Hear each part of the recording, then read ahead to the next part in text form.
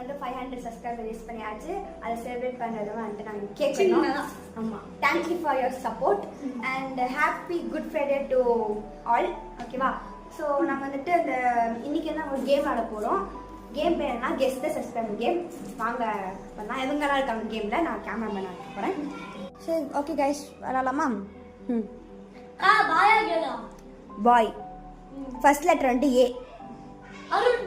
நீ சொல்றது இல்ல. இல்ல. இல்ல. இல்ல. செகண்ட் லெட்டர் சொல்றேன். ஜே.